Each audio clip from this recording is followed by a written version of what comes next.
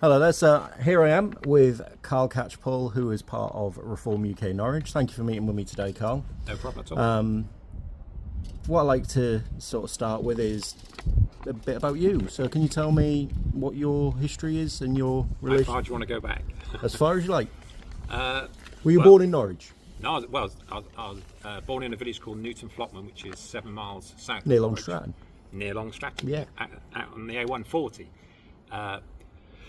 My mother and father split up when I was about 5, so my grandparents, who were the local butcher and grocer in Newton Flockman, offered to help my mum, and basically they brought me up till I was 11, and went to the local primary school. And thereafterwards, managed to do quite well at primary school, and the teachers suggested I should maybe go to a better school rather than Long Stratton, the local comprehensive school down the road. Okay. And I managed to secure a place at Wyndham College Right. as a boarder. So, which, at first I didn't like. Felt I'd been left to fight my own corner, and being 11 years old and away from home for the first time is quite a traumatic thing to some people. And No, I can imagine. so went there till I was 16, and thereafter I left school.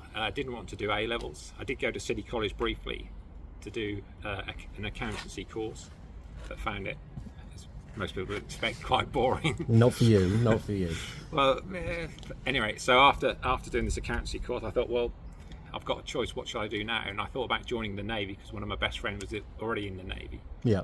So I sat the exams to join the Navy, passed those to join as an artificer, marine engineer mechanic, MEM. And in the meantime, I'd left the boarding school and found going out in Norwich, having a beer with my mates, young ladies, Yeah. typical young man. The lad life. A lad life, that's Yeah. a bit like, yeah. And so I thought, well, the thing I do know is accountancy. So I, within a few months, gained a job working for a firm of accountants called E.J. Richard & Son, which are no longer there. I think they're now part of Lovell Blake. Okay. Yeah. And I worked there for about just under 2 years, earning less than £40 a week. So to up my income, I used to sort of do a little bit of canvassing for a company called Anglian Windows, who Yeah. were quite well known in Norfolk and quite well known around the country. Are they now Anglian Home Improvements? Yeah. Originally, the original name was Anglian Windows Limited, then later they became more of a generic company doing other things apart from just windows and doors. Right. Okay. So I worked there for many years. I think 26 years, I think, altogether. And I rose up the ranks and became a manager there, and sort of earned quite good money, which I then invested wisely into property, and I suppose through being shrewd and careful, it allowed me, when COVID came along in 2020, I then decided basically I've got enough income from my investments to not have to go back to work. Okay. So, and I've got an autistic daughter who's 12. Okay. At the time she was 8. And anyone with a child with autism, severe autism, will know that it takes a lot of looking after. And so I thought maybe I should try and spend more time with her, less time going to work, just concentrate on looking after the properties I've got. And that's pretty much where we are now. So Okay. So you effectively retired then? yeah, I sort of semi-retired. I sort of choose the days when I go to work. Yeah. I've got a truck, and I like jumping in my truck and going and painting some skirting board or fitting a new kitchen worktop. Got you. So But I choose my days when I do it. So, from there, that's a bit of a jump to local politics. How did that happen? well, Have you always been interested in politics? I've always Were been you- interested in politics. Never, ever thought I'd get involved with politics. But Right. as you're probably aware, a lot of people are very disillusioned with what's happened in the last, 20 years maybe. So just to interject there a little bit, have you been a Labour voter or a Conservative until now? I've been Conservative and UKIP. And UKIP as well. Did you vote in Brexit? Yeah, and I actually went on the Brexit marches down in London as well. So you voted to leave? Yeah, 100%. Yeah. Was that down to migration? No, not at all. It just felt like, Sorry, the reason I ask is the stereotype that people voted for Brexit is that migration was a big selling point of that. no, So not at all. you're No. one of the few people I've spoken to who say it's nothing to do with that. No, it's partly, but it's only a small part, because migration into this country up until several years ago was pretty much good migration. In my flats and houses, I've got several people from other countries that live. I've got a couple of ladies that work in the NHS. That one's from Nigeria, the other one's from one of the Eastern Bloc countries. There's good migration and bad migration. Coming to this country, if you've got something to offer, then that's great, in my opinion. And same with the amount of English people, Scottish people, Irish people, Welsh people have gone abroad to earn their living and add something. So makes it's all sense. good. So I have no problem with that at all. It was a case that I saw our country more and more being controlled and dictated by what I used to call them the gravy train mob.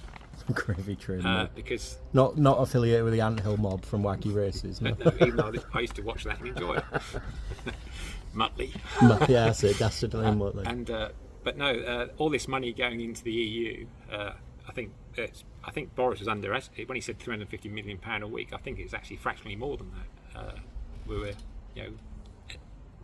we weren't getting, nothing so much out. We were putting more in, and it just felt like we're getting all these EU laws and rules dictated by people that no one really. If you ask the average man in the street, name someone in the EU 10 years ago, they couldn't name one person. Probably not even a British MP, apart from maybe Nigel Farage. Is the only one that springs to my mind. Guy Verhofstadt. Yeah. He's the guy with the hair parting, isn't he? Yeah, and the glasses. Yeah. Him and Nigel used to have quite a ding-dong battle, yeah. Yeah. He seems to think, from his posts I've seen on Twitter over the past few years, he seems to think that we're desperate to rejoin as well. Far from it, no. But, so a lot of it stems back from the days that this man called Nigel Farage, who obviously is our esteemed leader, he was there campaigning to lose his job. And you think, hold on a minute, you've got this guy earning tons of money, working in the EU, getting massive amounts of money allowance every day to drink fine wines and eat fine food. Us, the British taxpayers, paying for that, and he's trying to lose his job. So, I've always admired the man, and there's not many people who will campaign to lose their job. He was the man, and along with some other MEPs from this country, who I know a couple of. Yeah. So to me, it just felt like it's milking our country. They're dictating rules and laws to us, which, and they were overriding things. Our Parliament was putting things forward and then being overridden by the European Court of Human Rights, things to do with the European Convention of Human Rights, lots of issues. And it just felt like, even if in my house, I supply vacuum cleaners in the houses. Well, now, if I buy a Henry Hoover, I try and buy an old one because it's more powerful than the ones you're allowed to buy today, because you brought some silly rule out about they can't be as powerful. I think that, I remember hearing something about that. Really? And I don't know if it was a rumour or not, but bananas have to be a certain shape as well, a certain level of curvature. Oh, I do. Of course. There's something about that as well. I never understood that. But it's just it just seemed like a jolly for too many people. When you look at the buildings, Strasbourg and Brussels, these magnificent palatial buildings, and I was led to believe that they even had a shopping centre in Brussels where there was no VAT. So if you're a member of the European Union, you as a person in there with your lanyard could walk in, go and buy a pair of jeans, no VAT. Me and you in England, we have to pay VAT. So it really was a job for the boys and girls. Noses in the trough, I call it. So that's why you voted to leave. Yeah, it seemed like a corrupt organisation that it didn't tick my box. And anyone in this country that felt that we should stay there, being dictated by a body of people that basically, I think we had 12 people in there standing up for Britain. The rest were unelected by us. How can that be? No. And you know, and I know, whenever we have anything to do with Europe, i.e. the Eurovision Song Contest, where do we come? Nowhere.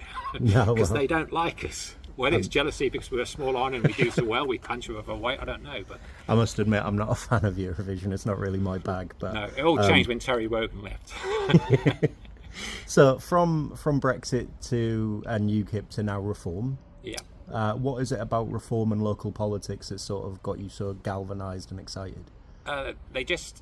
Every question I have in my head about how society should be and how people should be treated, Reform just ticks every box. It's very, very rare I actually disagree with anything that comes out from head office, any policy, and the country needs a complete reset. And the Conservative government were in power for 14 years, well, to me, they just sat on their hands and did nothing. If they were running a business, they would have failed and gone out of business a long time ago. And to me, You're not the first person, business owner, to say something like that. Well, running a business is like, to me, it's the same. Anyone who runs a business will know this. You don't switch off. You think about it when you sleep. You think about it when you wake up. You dream about things you've got to do next day, and you don't stop. It's not just when you unlock your door, lock up at night. You carry on, and you've got other things to do. Well, it seems like the government of the past used to just rock up, get their allowance, get their money, and didn't really do anything. So every 10 years, my opinion is life for the next generation should get better and better and better. Mm-hmm. That's not happening now. So seem to have stagnated, in your opinion? No, not even stagnated. It's gone backwards. So, and I want my children to have a better life than I've had. And so I felt like it's no good standing at the sidelines and shouting at the TV and shouting at the radio and getting angry. I thought I need to get involved. And if I don't get involved, then I'm just another part of. Well, not so much the problem. I'm just another one that's doing nothing. So I feel I've got. Well, unfortunately, back in the day, they didn't do O levels in common sense, but I believe I've got a large amount of common sense. I'm not stupid. No one tucks me up, and I'm quite shrewd, and I know how to invest. Unlike Mr. Starmer, who knows how to give things away. So. And that's probably being polite. So tell me about your opinion of Keir Starmer. He's currently the UK Prime Minister and head of the Labour Party. Yeah. I believe there was a petition recently that reached over 500,000 people for him to call a general election. The other day, strangely, I think it was over 700,000. Oh, it's even more than when I last looked. Yeah, I think it crept up. And he refused. I saw yesterday. He's got a mandate to stay in power till the my personal belief is the backbench will revolt against him at some point in the next 12 months to 24 months. I don't think he'll serve a full term. Do you think Deputy Prime Minister Angela Rayner is sharpening the knives there, or? She's heavily backed by the unions, and they obviously know this is going to be a one-term government because there's no way. Lots of Labour voters have joined Reform, so. Lots of Labour voters, when we're out on the doors, tell us that they're so disappointed and they can't believe who they voted for. My father-in-law was a Labour voter. No way, he's totally reformed now. And he was Labour all his life. It's funny how they've made people go that way. Do you think they're doing this on purpose? I'm not that much of a conspiracy theorist, but obviously there's a thing called the World Economic Forum. And Mr. Schwab, lovely man. Oh, he stepped down now, hasn't he? Yeah, but he'll appoint probably Tony Blair. I think the new guy, I can't pronounce his name unfortunately, but there is a new guy there, and there was a video of Starmer saying, without even blinking, he was asked Westminster or Davos, and he just said Davos, straight like that, without well, no hesitation. I actually feel sorry for Keir Starmer to a certain degree. I think he's actually delusional. And what do you mean by delusional?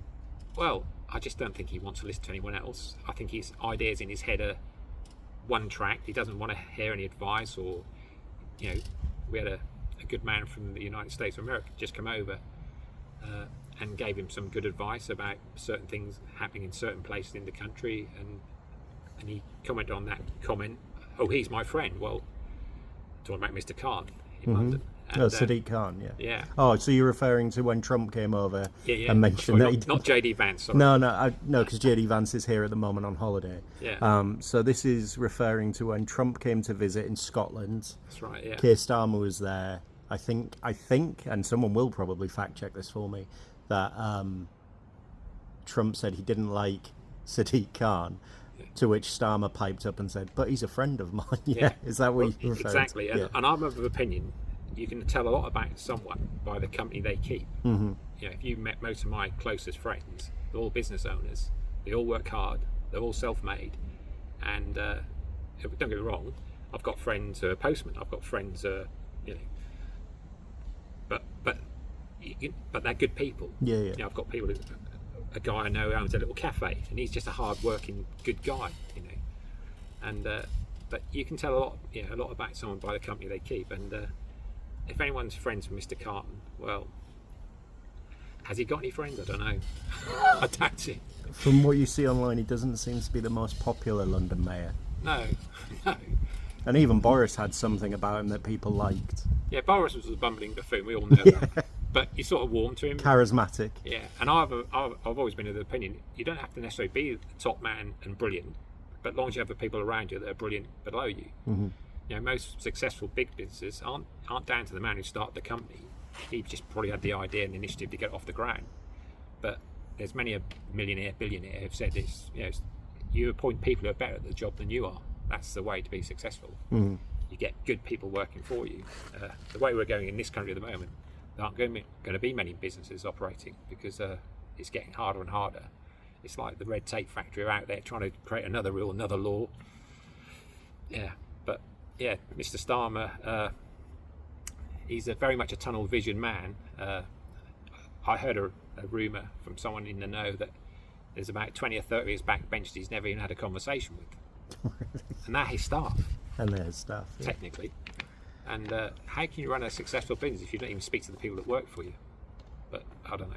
And it's not as if there's loads of them. There's about 360 of them. It's not as if he's got like thousands of staff. So, but yeah.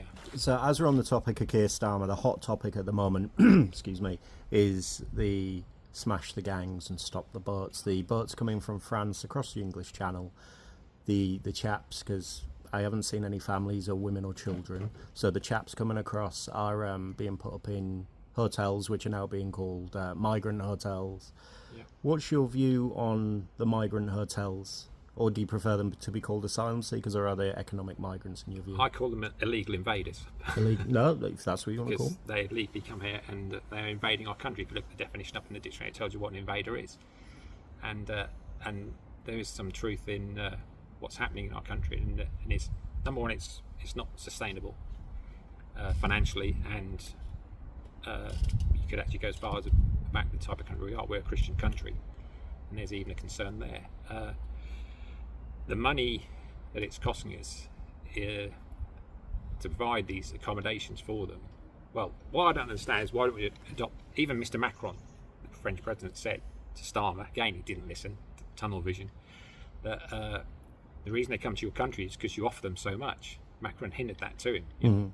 The draw factor. So, the pull factor. Yeah, beg your pardon, the pull factor. Yeah. So why don't we adopt the French approach? I've said this on record quite a lot. First of all, I think if they are going to land on our shores, then the first thing we do is we fingerprint them. Mm-hmm. We do eye recognition, facial recognition. Just in the last couple of days, they've launched all these vans with facial recognition cameras on top to allegedly look for criminals. Yes. So cool. But these are criminals. They're illegal, legally come here. So they're throwing their passports away. Well, I guess by definition, they've entered the country illegally. You've broken it because it's illegal. You've broken a crime. Yeah. So you are a criminal. And they've come from a safe country. But the reason they come here, as we all know, is what we give them. So, first of all, the first thing Starmer should do is wake up and maybe copy the French. So the French give them a tent for privacy inside an industrial unit. That's the big warehouses. Christie's. Yeah, Patrick Christie's went to the warehouses. I think Robert Jenrick the other day was over there, and his colleague was someone brought out a machete on them. Yeah. So that we don't want these people in our country. Fact. So, and we all know they're not true, real asylum seekers. And so yeah, put them up in an industrial unit with a tent. Yeah. Yeah, we'll feed them with water and soup and whatever. We'll probably get the lefties that will turn up with a soup kitchen, so they can fund that. And there are plenty of charities that seem to want to help these people in no, it does seem like that, yeah. Okay, that's good. But yeah, the type of building they should be put in is not 3- and 4-star hotels at huge taxpayers' expense.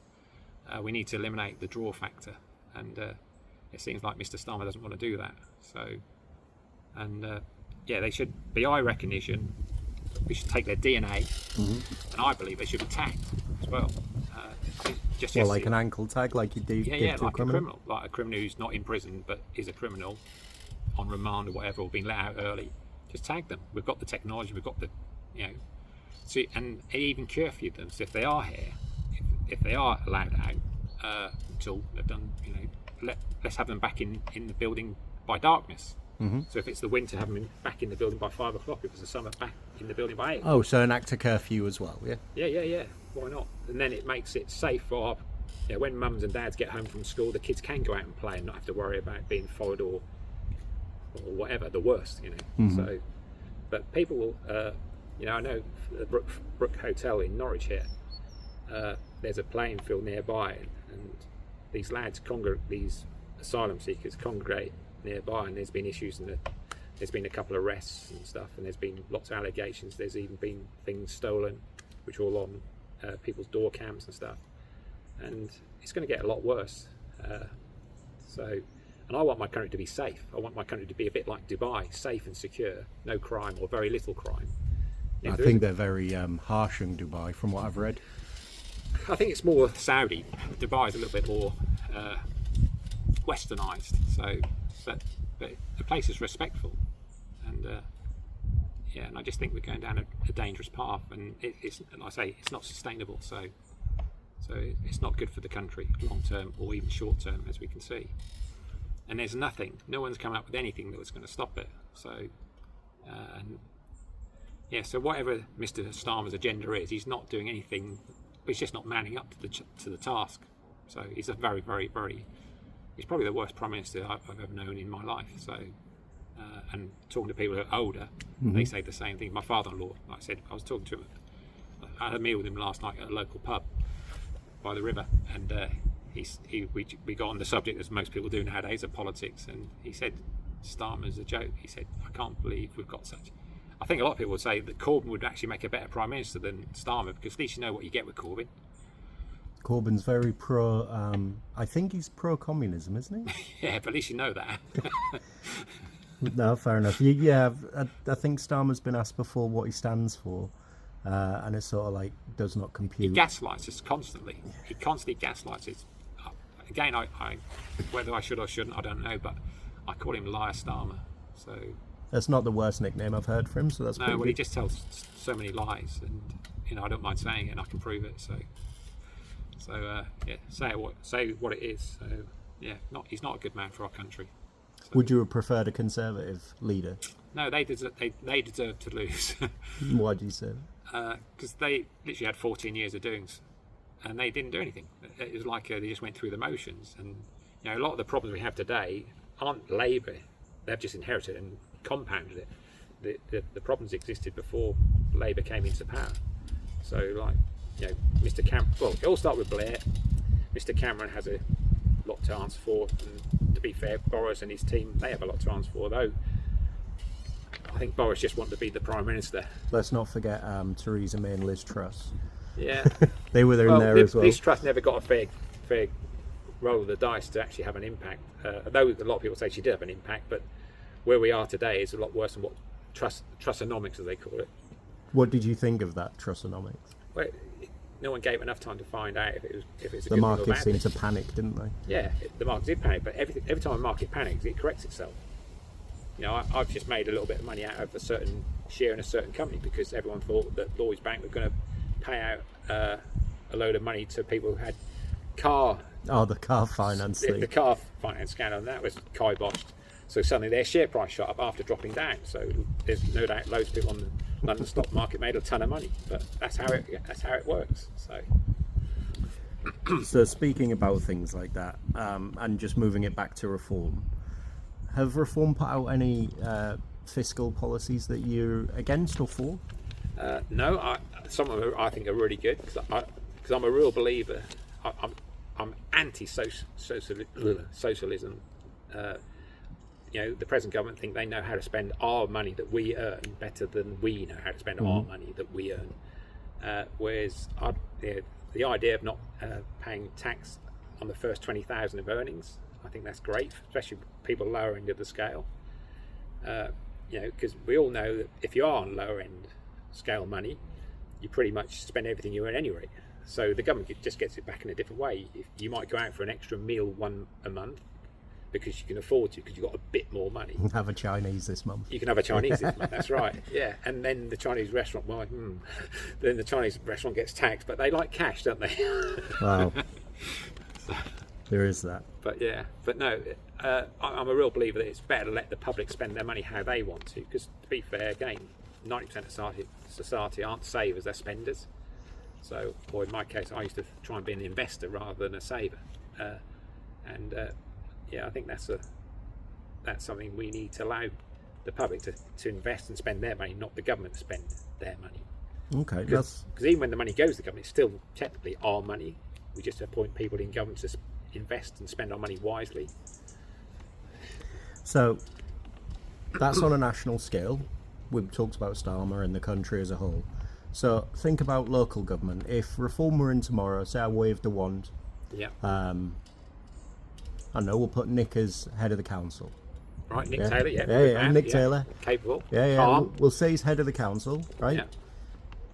What we're going to do financially for Norfolk and Norwich. Well, this is speaking from experience again. I've seen waste.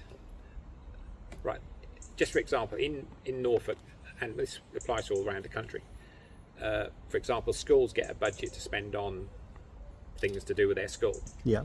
But there's a list of approved contractors. So when a job needs to be done at school, you have to be on this list to do the job. Approved suppliers list, like what the Yeah. NHS has. Yeah. And some of the companies on that list have been going for years and years and years. They're on the list just because they've been going years and years and years. And they'll whack in a couple of quotes, and often they go for the cheapest of the two quotes. And that could be this. I can speak from experience. I can't go into too much depth because No. Go with what you're comfortable with. But for example, changing a classroom into, two classrooms, splitting it down the middle and doing all the electrical work and flooring work and painting and decorating. Get a big contractor in, they'll charge 18,000 plus the VAT. Whereas you could probably get a man with a van who's been in business 2 or 3 years, trying to start off, being a new business, working hard, getting Local up every day, business. not knowing what money he's going to earn from week to week. And he could probably go and do the job, get the contractor to do the flooring, get another contractor to do the electrical work. He can then do all the building work. He could probably do it for 10k. But because he's not on the list, he can't get that job, and that would save £7,000 to £10,000 just on that one job, because he can, his overhead's a lot less. He hasn't got to pay for a lovely head office building and all the rest of it.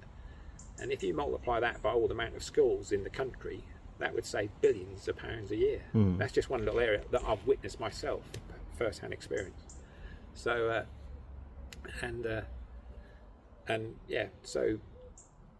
you probably know that Zia Yusuf set up our own Doge, and already in the 5 or 6 councils that we're heavily involved with, they're already saving money. Recently, on a post on Facebook, someone said, Reformer UK are wasting money left, right and centre. They don't know how to, and I sort of just wrote back. I said, so which council is it we're not performing well in that we actually now control? And no reply, because they are performing in each council that we're running. And and in reform, certainly in Norfolk, we've got some superbly capable people. We've got a guy up in Norfolk, Jason Patchett, top man. We've got a guy over in West Norfolk, Kabir Kerr, amazingly clever, super clever, runs his own business.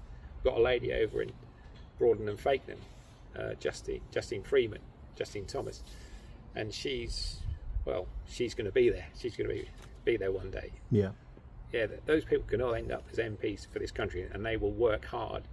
And they're clever people. They're not silly people. They've all got their own. They've all done something good for themselves, i.e., a business, successful business. And we've got so many people below the public knowledge. Everyone knows Nigel Farage. And Nigel's either a Marmite. He's a Marmite man. You either like him or you don't like him. Mm-hmm. But people who really understood the man, like I say, he gained my admiration because he fought for something, and he lost his job by fighting for what he believed in. And we've got some good people in Norfolk, and if we ever get to run Norfolk, which hopefully we will, the community, everyone, the whole community will benefit, because there won't be the waste. There won't be the people just rocking up and collecting their allowance. You'll actually have people actually dedicated to working hard. We go canvassing every Saturday or every Sunday. Yeah. There's no election going on. We're just doing it because we've got the energy and the enthusiasm. We want to make a difference. You've got that drive and that. Yeah. And that's lacking. You see it. I went to County Hall when they had the vote on devolution, and after people in there were like falling asleep. They're not worthy of the jobs. So To be fair, I must admit, I see a lot of people doing the canvassing around Norwich. I haven't seen anyone from Labour and no one from the Conservatives. I haven't seen the Greens and I haven't seen the Lib Dems. no, And I think I've maybe seen one Lib Dem sort of placard in someone's garden. yeah, I've only come across. I did actually come across. It was only a post, so I presume they were out canvassing. But the local Labour MP posted that her and 3 of her team were out canvassing the other day. That's the first time I've seen anything. But we're out every week, so. And we really enjoy it. And it's ordinary people who are enthused and want to make a difference and make things better for everyone else. And believe me, I'm not doing this for me. I could just sit back and retire and live a nice life and do nothing and look after my daughter. But no, I need to make things better for everyone. So that's why me and a lot of others are involved. So speaking of local area again, what do you think Reform would do if they get in to support local services in the Norfolk and Norwich areas? Yeah. What specifically, I suppose, we all know that even at local level, there's a lot of people moving mouses around at home. County Hall is half empty. You might as well let it out to small businesses, 2 or 3 floors of County Hall, because it's not full. People working from home. Yeah. And do you work as hard when you're at home? No. Is it good socially and mentally? No. How many people in the past have met their husbands and wives at work, by being at work? So I do think there is a place to work from home. Maybe work in the office 3 or 4 days a week, work at home 1 day a week, but it seems to be the other way around. So I think that's one thing we'd probably insist upon changing. Certainly if the building's there, let's use them. Recently, South Norfolk and Broadland Council merged into one building, the ex-Aviva building down the road. That was sensible, but they're now knocking down South Norfolk House, which is a building built about 30 years ago. Again, that maybe should look at to keep the building because it's not old, and turn it into flats and maybe hubs for small businesses. But I think locally and nationally, I think we've got to seriously look at reducing the red tape and make it. It seems like the House of Lords, the House of Commons sit there every day trying to make up a new law, a new rule. We don't need new laws and new rules. We need to simplify things. Everything becomes more complicated. A bill goes through Parliament, up to the House of Lords, back to the Commons, back to the House of Lords, and it's like 300 pages thick. They're changing the law about wearing a crash helmet or how a crash helmet's made. It's just ridiculous. So we need to get back to simplicity and get a bit more basic. It's quite funny. The other day, David Lammy went out fishing with JD Vance, and Mr. Vance obviously visiting the Cotswolds. He is, yeah. And they went fishing, and it turned out Mr. Lammy didn't have a fishing license. Oh. So, but you'd think his staff would say to him, you need a fishing license nowadays. Well, again, do we really need to charge people to have a fishing license? Isn't that about getting out and get some fresh air in your lungs and doing something healthy? When I was a kid, I didn't have a fishing license. I used to fish every day, pretty much, on the River Taz. And I used to come home from school. Grandad, I'm just going down to the river to fish. Yeah, be home for 6 for your tea. And it's part of my life. I don't know what a fishing license costs, £60-70, but Mr. Lammy didn't have one. so there you have him and his team. None of them are aware that you need a fishing license. If you want a canoe on the Broads in Norfolk, you need to have a boating license. Why? Encourage people to get out and do some physical activity. Scrap boating license for canoes. Scrap fishing license for everyone. Just let them go and fish. Just let them go out and enjoy the great outdoors. Yeah, get out and get some fresh air in your lungs. So you say you're canvassing every Saturday? Yeah. Yeah.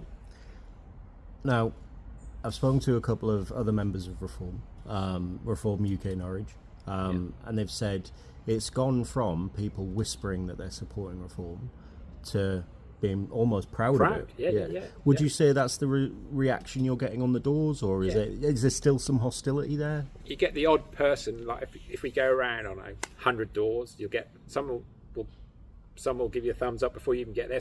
We've even had people come up the road and, can we have another leave? I want to pass to my father-in-law and stuff like that. We have had 1 or 2 come running out and say, don't want this rubbish through my door, you fascist, racist person. I'm like, good story this is. Go on. Literally a few days ago, was it last Saturday? No, there's not last Saturday, the Saturday before. Right. 6 of us were out canvassing in Taverham. And one of the guys who's with us, Anthony, good man, lives in Wyndham, moved up from London, he's black. And this lady came running up the road, you can have this racist bit of paper back. And I like, it's him who put it through your door. She looked at him, didn't know what to say. Dear. And it was funny. We all laughed, and yeah. Did she laugh? No, she just didn't know what to say and turned around and walked back in again.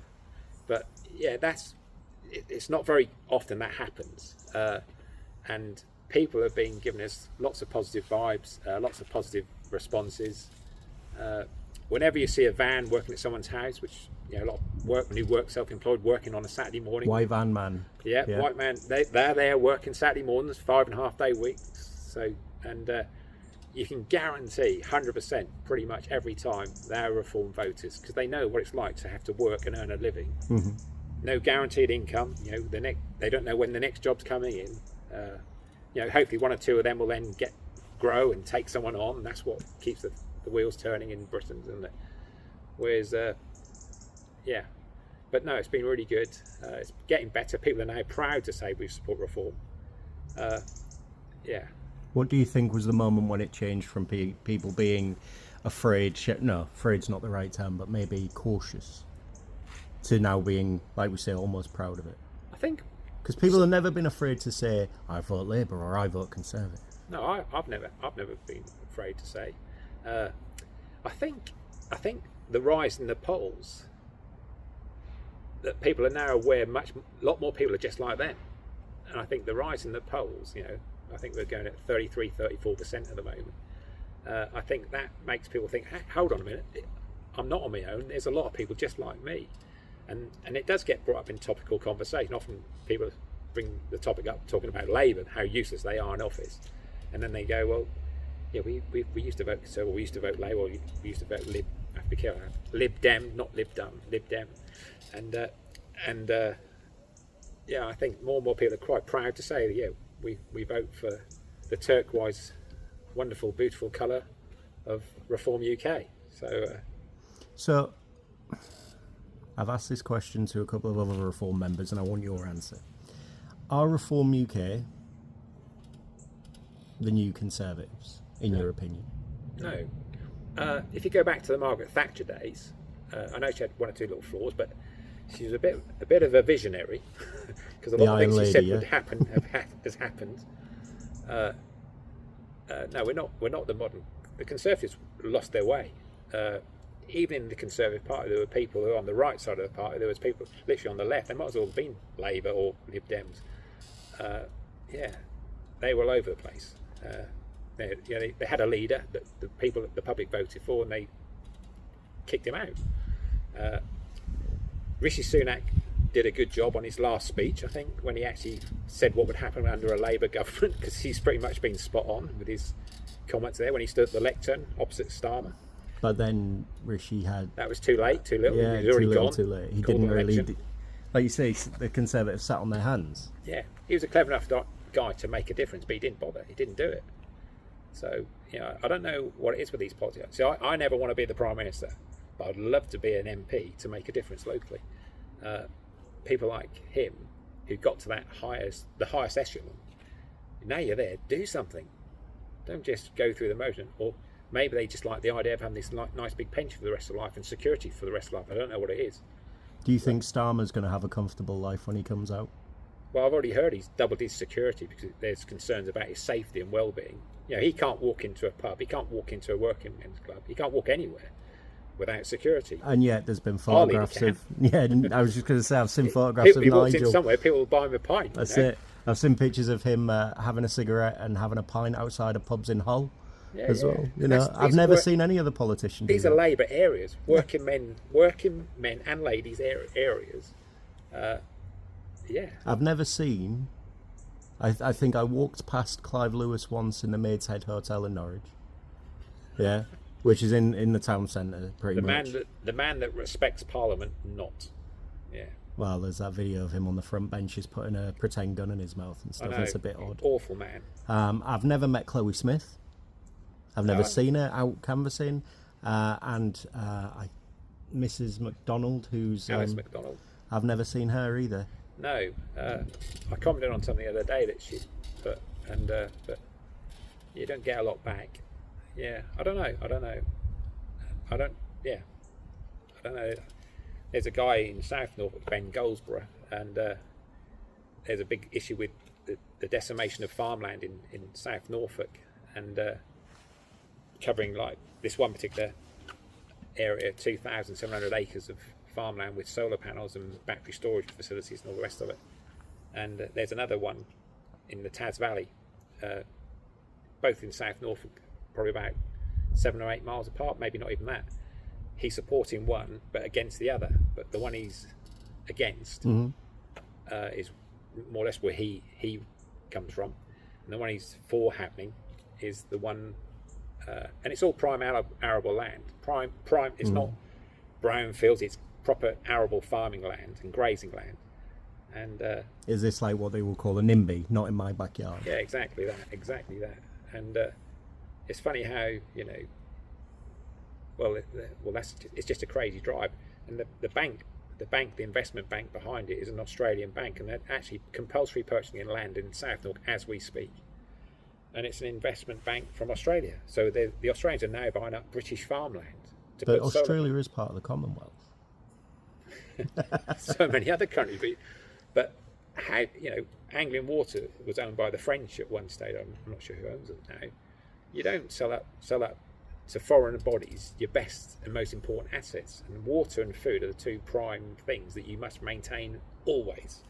Food security and water are so important.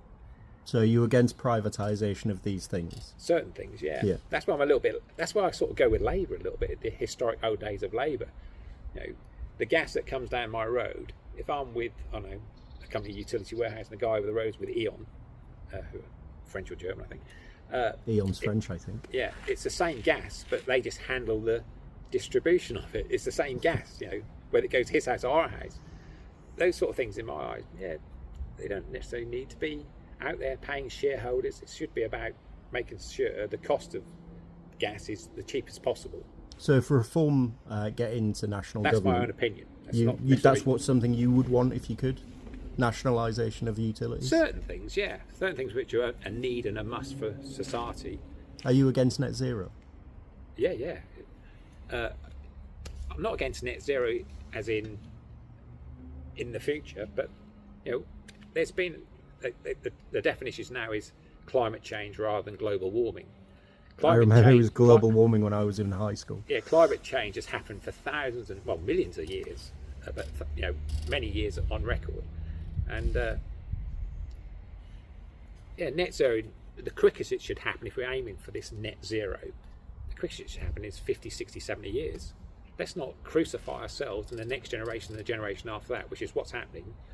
Ed Miliband, sorry, keep getting it wrong, Ed Miliband, came out and said we're all going to be £200 or £300 a year better off in our gas and electric bills. And yet bills have gone up. Yeah, bills have gone up. So another lie from the Labour Party, the party of lies. Where do you think Labour lost their way? When and who? When? In your opinion? Well, I think... Was it Blair? Was it before? Was it after? Blair started all this off, that's when lies start to happen frequently in Parliament. And I think this present incumbent lot, it started off because they weren't ready for government. They hadn't prepared for government. And if you are prepared for government, the first thing you do when you come into government, you don't change everything straight away. You go with it for 6 months, get your feet under the table, get a feel for what's right and what's wrong. The first thing you've done is shut down the Rwanda scheme, for example. Well, give it a go, at least see. Because what he's done since has not worked at all. So, do you think he did that out of spite? Yeah, 100%. Because it wasn't his idea. So you think if the Rwanda plan wasn't a Conservative thing but had come in as his idea, he would have kept it in place? Yeah. No, I think I read recently that the Americans are now using the using Rwanda it. scheme. Yeah, they are. So it's done well for their security. They've got a good sort of economic relationship with Rwanda through it as well. Yeah. The information sharing. There's a piece on my Substack about it. Is shockingly, there? yes, there is. I've not looked at that. I shall look it up. I will send you a link. Because I did my research into that as well. So, So looking ahead, I appreciate you've given me quite a bit of your time today. So, I've enjoyed it. Just looking ahead, Karl Catchpole MP in the future. What's going to be the your normal man in Parliament? So Yes. saying it as it is, a bit Lee Anderson-like, you know, Lee Anderson is very not funny. quite Lee Anderson, but yeah, just being.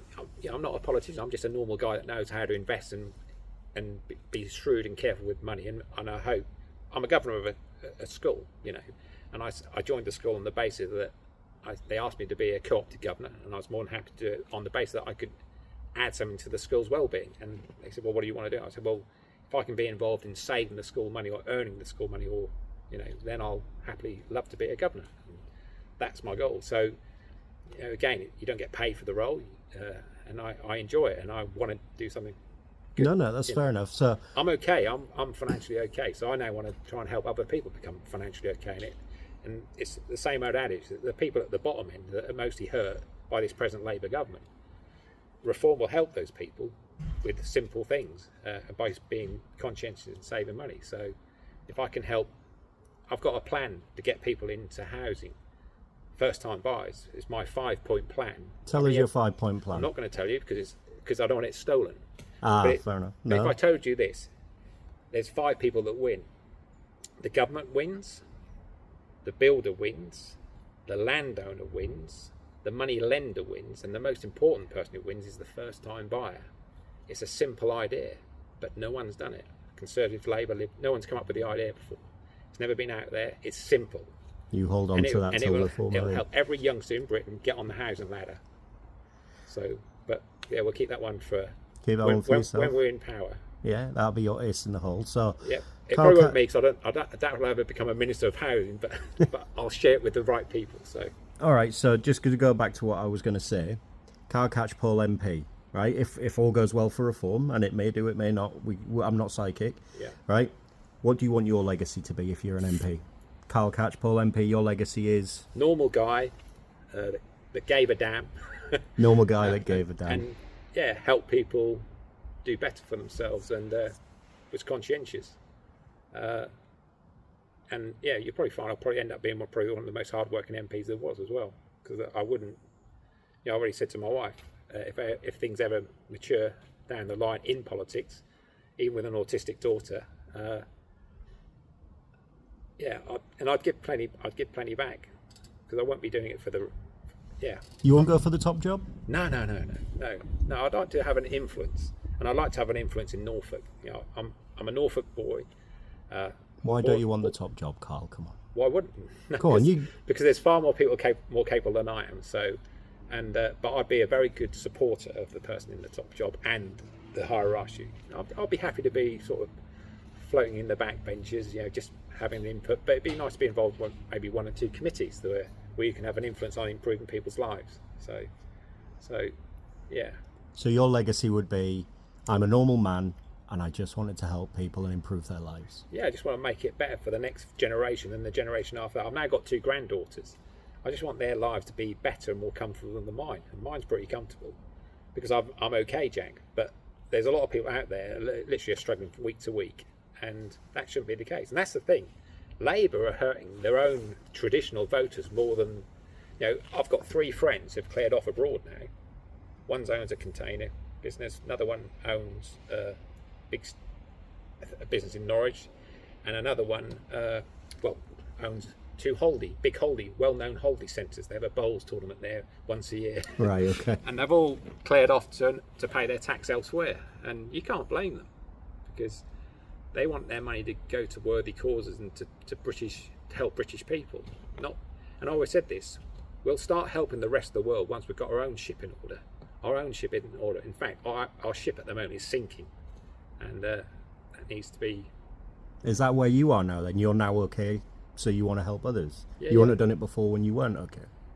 Is that on a bigger scale? I'd like to. That's why I've got involved, because I never planned this. I never wanted to be a career politician or anything like that. I won't ever be a career politician. I'll just be someone normal who's trying to make a difference. And like I say, no one will pull the wool over my eyes. And I think I can add something. And I just want the best for Norfolk and local people. And you know, my great uncle J.L. Brighton was chairing the National Farmers Union back in the day, and he put Shirley Williams in her place because he used to say it as he saw it. And I was told this by another farmer who's now passed away. that your uncle was a top man. He was a ruddy face, said it how he saw it, and maybe I'll be a mild form of him.